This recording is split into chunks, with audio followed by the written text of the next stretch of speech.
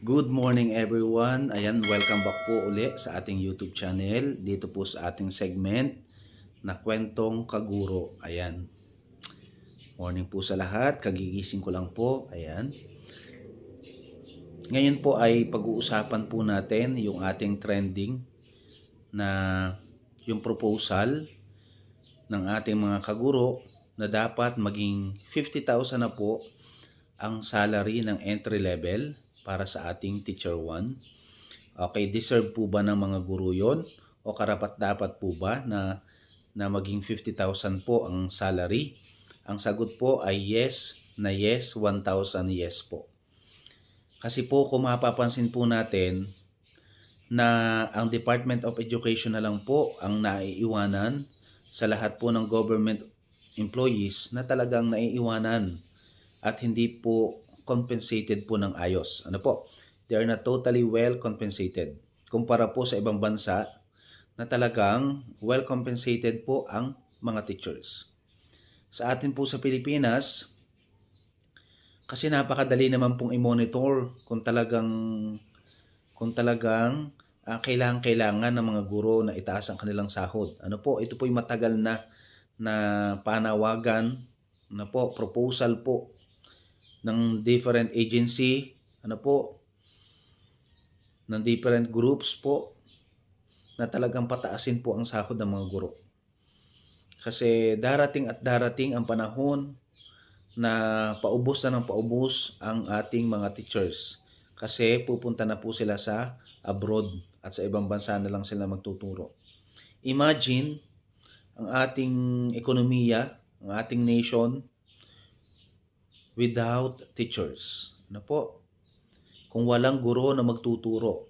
Remember, wala pong police, walang engineer, walang doktor, kung hindi walang guro na unang gumabay at nagturo sa ating mga estudyante. Di ba po? Tama po. Kaya talagang deserve po ng ating mga guro. Sana po mapanood po ito ng ating top management. Deserve po ng ating mga guro ang mapataas ang kanilang sahod. May mga nagsasabi na ang guro ay hindi lang kontento pero mataas na daw talaga ang kanilang sahod. Pero ang totoo po niyan ay hindi po talaga. Dahil sa pagtaas po ng salary grade o kahit ang teacher ay na-promote, pagtaas din po ng tax na binabayaran po ng guro. Halos sa tax lang po mapupunta yung kaunting o karampot na idinagdag na sahod po ng guro. Kaya po talaga, kung mapapansin natin, hindi siya makatarungan ng alam ng ibang tao o alam ng iba na mataas na ang sahod ng guro pero hindi po. Sa tax lang po mapupunta ang itinaas na konting sahod ng guro. Pwede po at madaling ma-monitor kung kinakailangan po talagang i-monitor. Pwede pong i-monitor sa ating SALN. Yung SALN ng guro ang nagpapatunay na negative po ang guro. Majority of them ay may mga loans, may housing loan kasi nangungupahan po ang ibang guro. Kaya yun, negative po sila sa kanilang SALN declaration kasi hindi po nila kaya talaga na bumili ng bahay, kundi ang mangutang. Mag-housing loan sa Pag-ibig. Paano kapag ang guro po talaga ay meron pa ring mga loan po sa PLIs, yung private lending institutions. Dahil, bakit po sila naglo-loan? Dahil isang miyembro lang ng pamilya nila ang magkasakit, kakapit lang talaga sila sa paglo-loan. May mga teachers pa rin po tayo na lubog sa utang, nakasangla ang ATM nila. Diba ang sakit, ang saklap. Kaya sana ang panawagang ito na nanggagaling sa katulad ko na nasa laylayan ay talagang makamit ng mga guro na pataasin talaga ang sahod. Dahil hindi lang kailangan ng guro, kundi kailangan din ng gurong makasurvive araw-araw. Kailangan din ng gurong mabuhay, lalo na kapag ang guro ay may pamilya na binubuhay, may pamilya na pinapaaral. Deserve 1,000 yes na dapat pataasin ang sahod ng mga guro. Kailangan po i-priority ng gobyerno natin na mapataas talaga ang sahod ng guro dahil talagang ang guro ay lubog na lubog talaga sa utang. Kailangan talaga nila ng maayos at disenteng trabaho at sahod. Na po. Yes po, nandun po yung teaching is a noblest profession.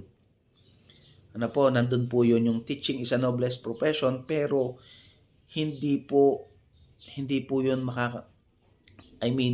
kailangan ding mag-grow. Kailangan maayos ang guro para makapagturo at makapagtrabaho din ng ayos. Hindi magiging ganong kadali na effective ang guro kung ang guro ay problemado.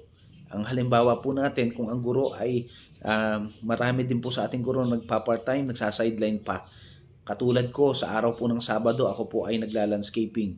Nagpa-part-time pa ako. Imagine kung ang guro lang po ay nakafocus lang talaga sa pagtuturo. Yung oras at panahon ay nakalaan lang sa preparation ng lesson plans, sa preparation ng recording of outputs, checking of outputs, yung ituturo sa mismong Lunes hanggang Biyernes, pero hindi, sa araw ng Sabado at Linggo, kailangan pa ng guro na magtinda, kailangan mag-sideline, mag-part-time dahil talagang kulang at kulang sa mahal ng bilihin. Kaya dapat mapag-aralan ng gobyerno natin, ng Department of Education Top Management, kung ano yung kakailangan talaga ng guro. Katulad po ng naulit ko kanina, dapat talagang ma-monitor ang kanilang SALN kasi kitang-kita na majority of the teachers ay negative sa ating SALN declaration. Marami ang lubog sa utang, wala silang naipundar, halos kung tutuusin natin, laptop o printer lang ang nabibili. The rest, kulang at kulang po talaga ang sahod po ng guro. Kaya ang bidyong ito ay talagang magkaroon ng idea, especially ang ating top management, na yung boses mula sa laylayan, ito yung totoo at realidad na kailangan talaga ng guro ng compensated salary nang sa ganun makatulong din sa kanilang sarili at sa kanilang pamilya. Yun lamang po.